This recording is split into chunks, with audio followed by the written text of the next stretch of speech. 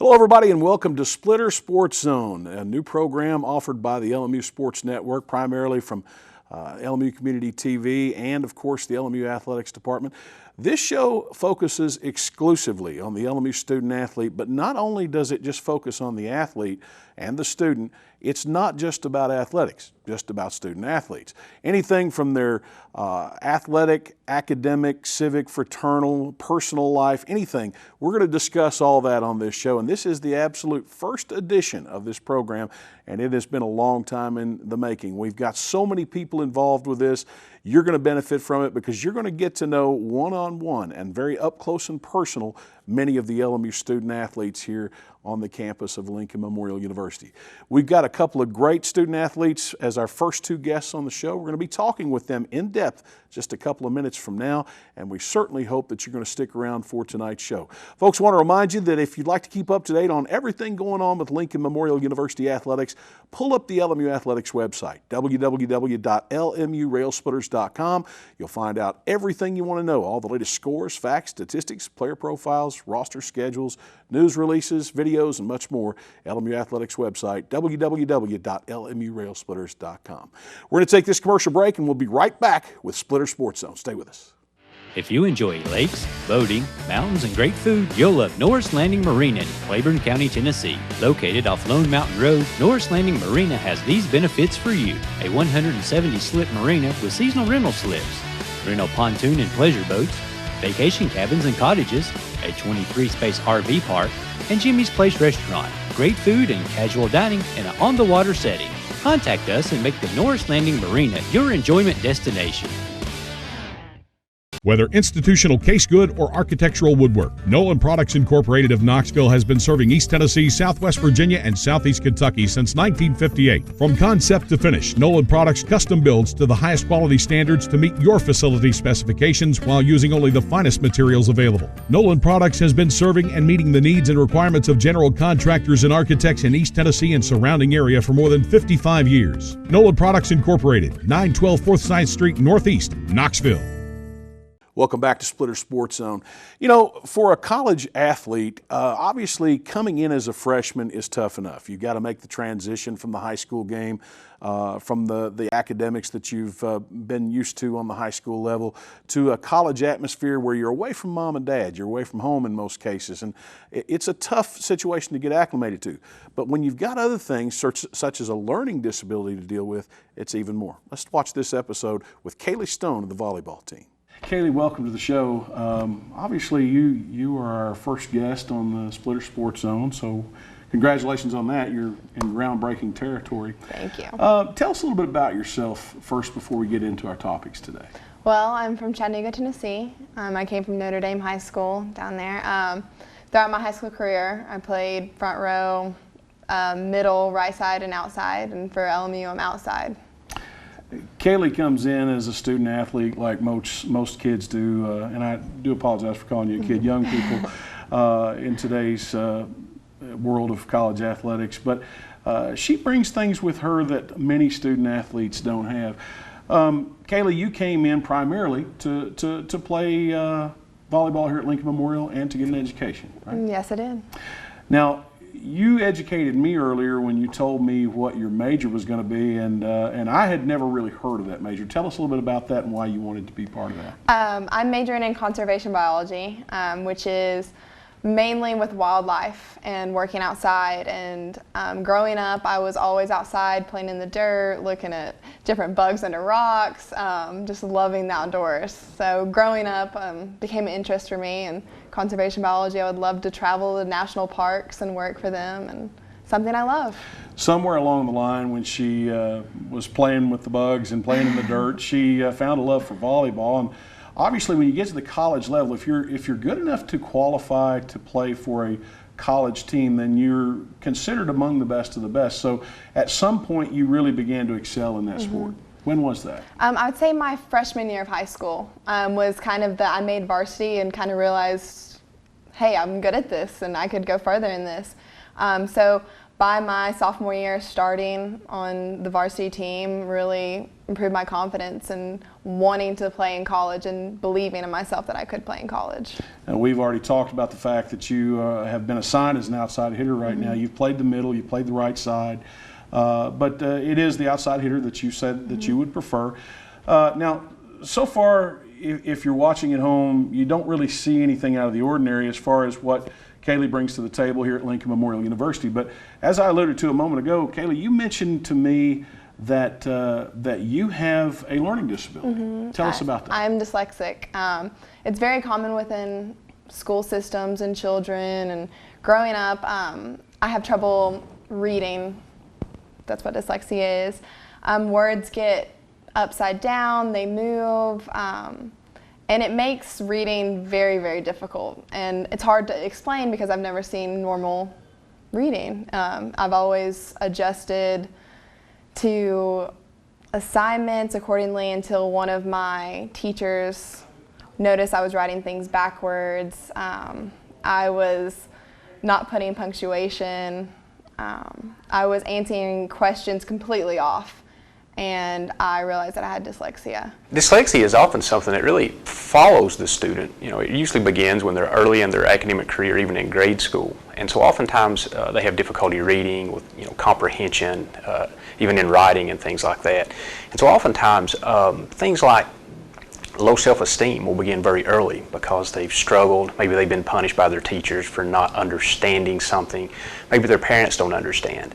And so when confidence issues develop that early in a person's life, oftentimes it follows them through their academic career. So not everyone obviously follows that train of thinking, but for a lot of individuals, they show up on the college campus and they begin to struggle again academically with the rigors of the academic caseload here. And so they may again begin to compare themselves to their classmates. Self-esteem, anxiety, things like that may begin to show up in their day-to-day life. So making the move from high school to college is difficult enough for most people. Making the move from high school to college at an institution which is in your case about 2.5 hours from home is difficult. But doing that with a learning disability has got to present some unique challenges for you. What are the things that you've had a difficult time getting acclimated to here? Explaining that I have dyslexia. You know, back home everyone knew, growing up there, everyone knew I had dyslexia and they'd work with me. Here you have to work with people and be patient and, hey, they don't know I have this. Maybe I should tell them, hey, I might misspell something, or I might not be able to read this, or can you read this for me? That's one of the biggest adjustments for me. But I've had amazing people who have, hey, yeah, I can read that to you, or hey, I think you spelled this wrong, let me fix it for you. So adjusting has been difficult, but it also has been a breath of relief. There's several adaptations that we can implement. Some of them, of course, this is a cognitive processing, so a lot of them is, providing time and a half on any given quiz or exam. We also, for some individuals, can provide a quiet separate space. For others, we can do, if you will, a oral exam where somebody reads the exam to them. And so we've got a software package here at LMU, and we've got several students using it called Kurzweil. And what that does is basically read back any element that they highlight in a chapter, in a book. And so that's been pretty successful using Kurzweil. So, in fact, some of our students actually come to us having used that through high school. And so it's been very, very effective. Are there any things that have been put into place to help you here at Lincoln Memorial University with those disabilities? Yes, they have an amazing, system for helping kids with disabilities like me. I am accommodated with untimed testing. I can take as long as I need to. I can even have someone read it to me if I needed to. There's a computer system called Kurzweil that I use through high school, and that they provide it here for me as well. And it basically reads and types for me anything I need, and that can be for all my classes. And I can meet with my professors whenever I need to on assignments and get it done. Well, you have to be a good athlete in order to get to the level that you are now. But in order to achieve a GPA that you told me you had earlier, which was above a 3.0, you have to be an exceptional student as well. And to think that you've been able to achieve that mark and higher than a 3.0 with a learning disability, in and of itself says a lot about your character. Obviously, the college atmosphere is a little different. Have you had any issues so far that you haven't been able to overcome? Not really, and I have gotten to the point where I wanted to give up, but I've had friends who have pushed me, set me down. It's taken me 5 hours to do a paper, one-page paper, but I've gotten it done. Wow. And so that's pretty much the only struggle right now. It's early in the semester, so I'm sure I'm going to face more as time goes on. But as of right now, I think everything's going smooth for me. You and the Lady Rail Splitters are in the midst of a 6-day hiatus, so to speak. You've got a few days off. You're 4-1 on the year. Great start. Lost your first match. You're on a 4-game win streak. How's it been so far playing for Coach Michael and the Lady Rail Splitters? It's been good. I love the team, and Coach Jenny is so passionate about us and about the team and our success, and I really appreciate her caring that much about us. And it's amazing to have a coach like that. And the team, we look out for each other, and I think that's the biggest thing. You know, coming into college, you're away from your family, but being a student athlete, you got to have a new one. Wow. So I think that's great. As a student athlete, as a role model for younger kids who might have the same type of learning disability that you have, what would you tell them to inspire them to continue? Keep working. Hard work will always pay off, no matter what.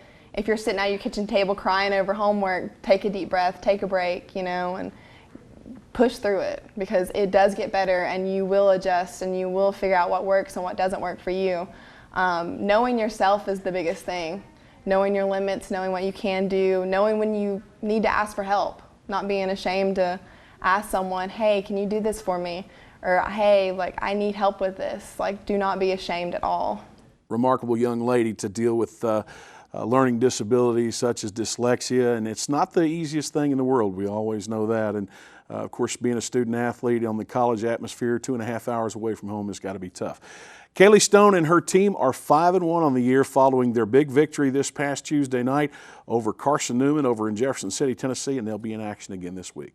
We're going to take another commercial time out. When we come back, we've got a young man by the name of Chris Smith we'll talk with. Stay with us. Established in 1982, Dixie Roofing Incorporated of La Follette has been the industry's leader in commercial roofing throughout Knoxville, Tennessee, and surrounding counties for more than 30 years. From medical facilities to office buildings and educational institutions, Dixie Roofing has the experience, expertise, equipment, and know-how to handle roofing needs of any commercial structure, big or small. Dixie Roofing is also on the web at www.dixieroofing.com. Dixie Roofing Incorporated. Commercial, residential, or personal, Lester Signs of Harrogate has you covered with all your sign and graphic needs. From embroidery and screen printing to personalized items, decals, yard signs, logo design, car wraps, digital printing, and sign maintenance, Lester Signs has all your branding needs. Lester Signs is under new ownership and has been serving the tri-state area for more than 25 years. Phone us today to inquire about your commercial sign or marketing specialized needs, or email us at sales@lestersigns.com. Lester Signs, located at 112 Washington Avenue, Harrogate. Pinnacle Performance Physical Therapy wants you to know you have a choice where to receive physical and occupational therapy. We take an individualized approach to treating people of all ages. Our therapist's goal is to assist all patients by reaching their pinnacle performance in school, work, and play. We have state-of-the-art equipment such as our Alter-G anti-gravity treadmill, used to rehabilitate injuries and pain throughout the body's lower extremities. Contact us for an appointment at 423-869-9923. Pinnacle Performance Physical Therapy, 362 Catalpa Avenue, Harrogate. It makes a difference when a physician is trained to truly listen. At the LMU Medical Clinic, it is our mission to provide the highest quality medical care possible for our community, in our community. Our physicians are trained in the philosophy of osteopathic medicine. We look beyond your symptoms and take the time to get to know you as a whole person, from children to adults and everyone in between. We don't see patients, we see people.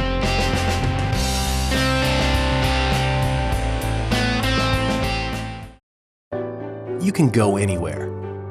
Where will you go? You can be anything. Who will you be? You can say anything. What will you say?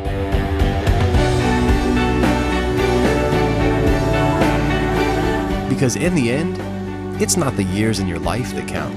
It's the life in your years. Lincoln Memorial University. It's time to start living. And again, welcome back to Splitter Sports Zone for the second half of our show. You know, lacrosse is a relatively new sport here on the campus of Lincoln Memorial University. It's only in its second season. Last year, Ryan Kuhn, head coach of the Rail Splitters, and his team picked up their first win as a program on the collegiate level. But, you know, with that came a lot of new players, the players that came in on the ground floor and players that have come in this season. Chris Smith is a young man who comes in with a very unique story. Let's watch this. Chris, you come to Lincoln Memorial University with a veritable plethora of different things that are involved with your life, both from an academic standpoint, from a personal standpoint, from an athletic standpoint. First of all, let's talk about how you came here. You knew Coach Kuhn at his last institution. Before that, I knew Coach Kuhn when I was in about 7th grade. And he was just getting out of high school. He went, played college lacrosse, did that whole thing.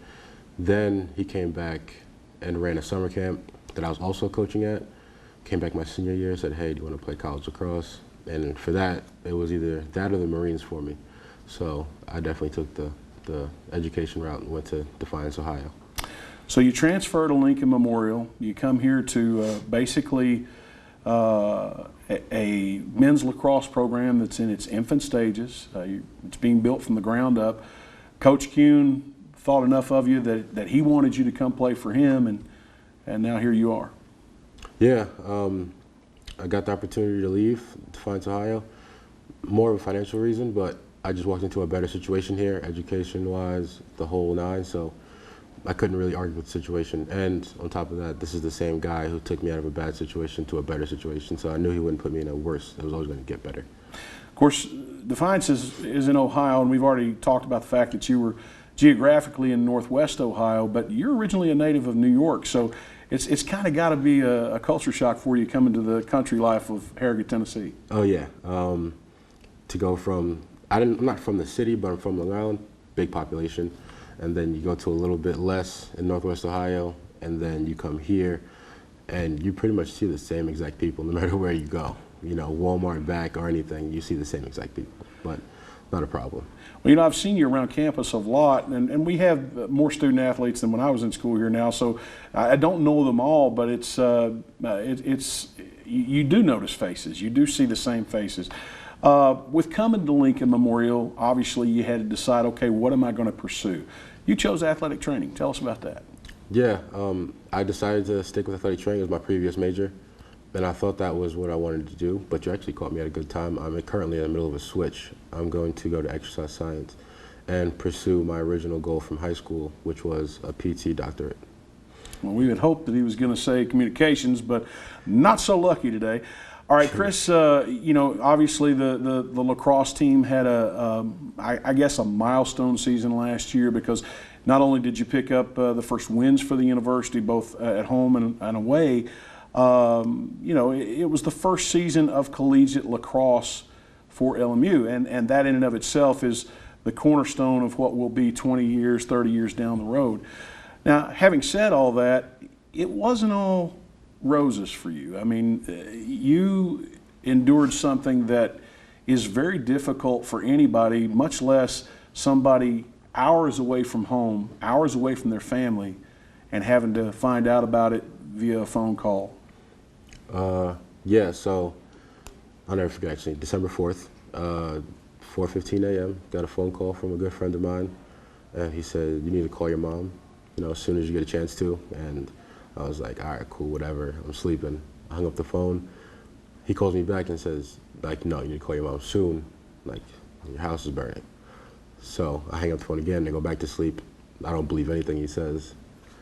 Go to see my coach, and then he's on the phone, my mom, big conference call. She goes, yeah, it's gone. Everything's gone. The whole starting all over process began right there. Other than the obvious, the loss of material things, the loss of a big part of your life, what was the toughest thing for you to deal with? It wouldn't be the material things, but like some of those things, like, you know, awards that I got, unique awards, dedication awards, and names of other people were really hard to come to grips that I don't have anymore. But the biggest part was that I'm 13 hours away. I have no effect on what happens there. I can't affect anything going on in New York at the moment, and I was just kind of helpless. I didn't speak to anybody for a couple of days. I really didn't know what to do. Like, that's a different kind of pain, Losing people, unfortunately, is something that you kind of do over and over again.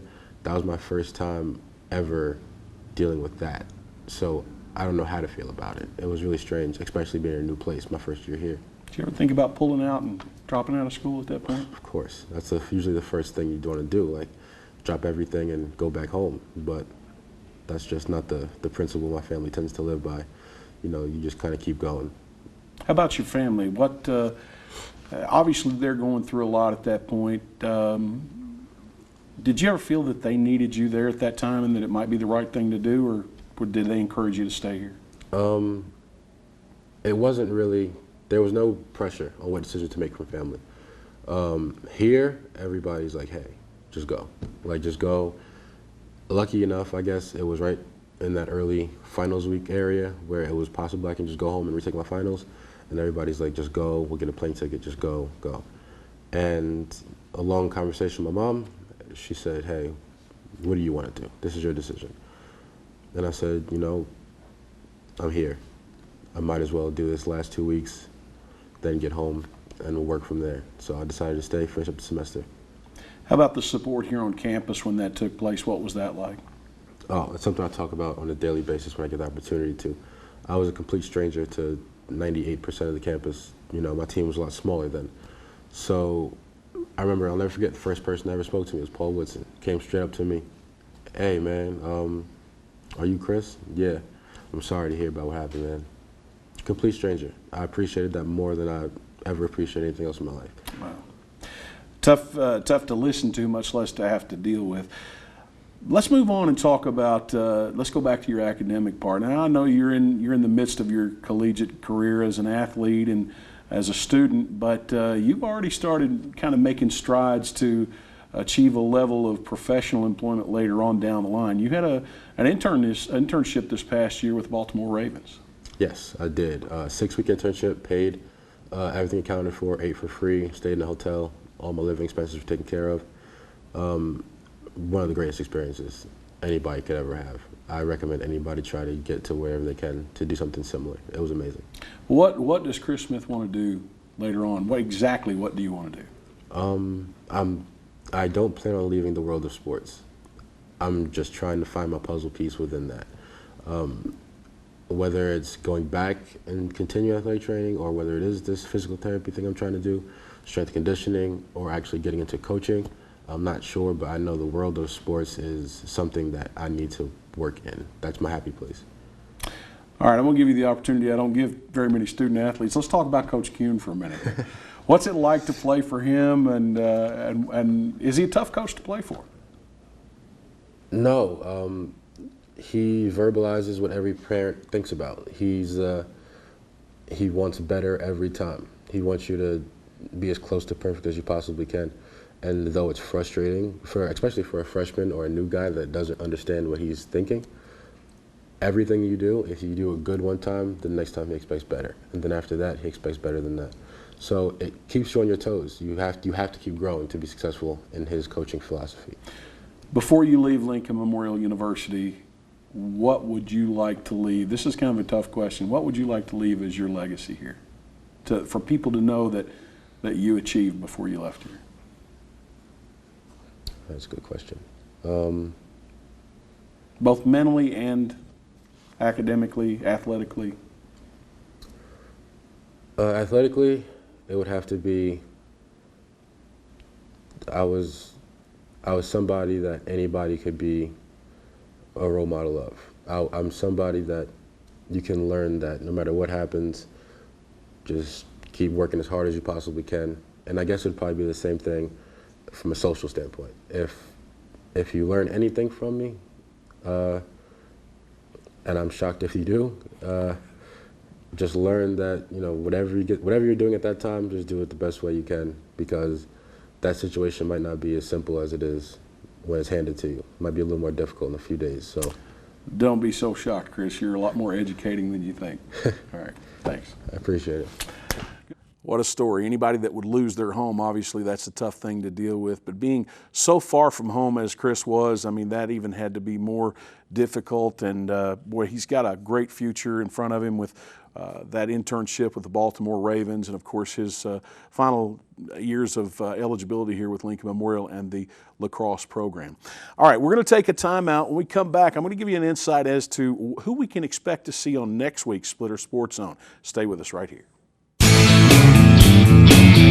It's the Old Town Grill. The Old Town Grill is a special place where you bring more than family, more than friends. Bring a hearty appetite, because at the Old Town Grill, you'll never walk away hungry. A delicious change from the ordinary. The perfect place to bring the entire family. The best food and plenty of it. Join the fun and treat your appetite to something special. It's the OTG. The OTG is the place to be.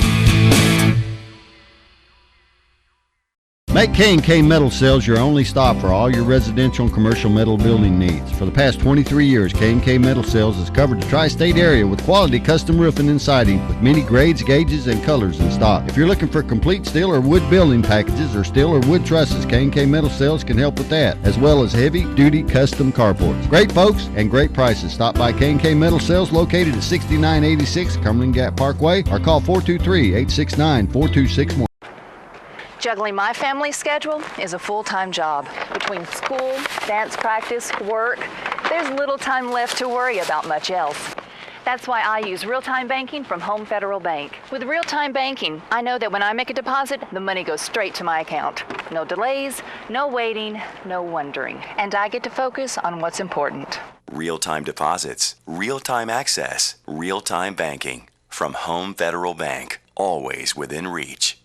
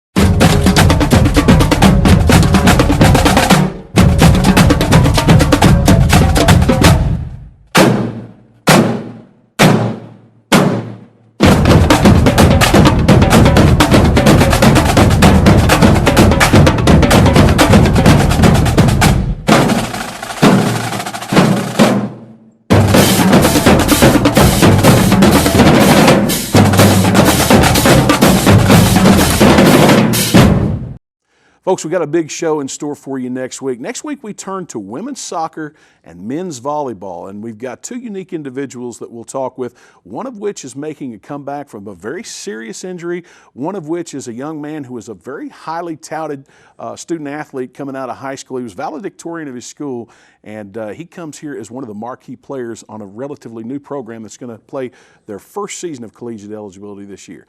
That's all for Splitter Sports Zone. Good night. We'll see you next week.